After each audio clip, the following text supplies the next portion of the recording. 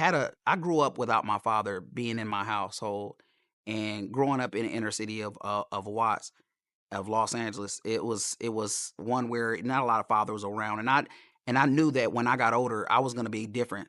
I was gonna be in the life of my child. So right away, I told her, "Hey, we got to get married."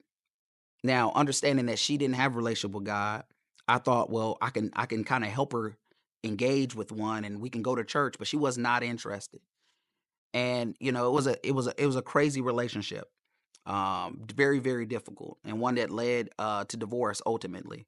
But I really wanted to talk about the loss, and that's what I want to talk about. This testimony, I fell, and I fell hard, and when I fell, I felt inadequate.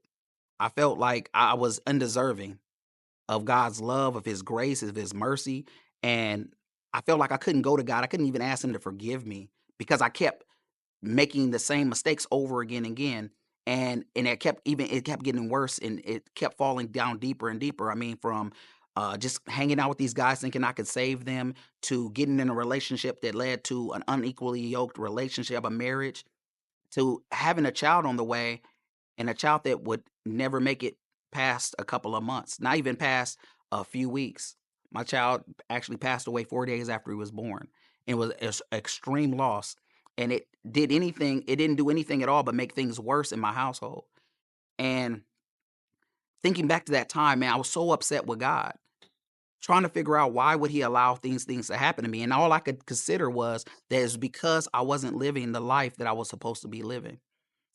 And so things got worse for me in the sense that I grew further away from God.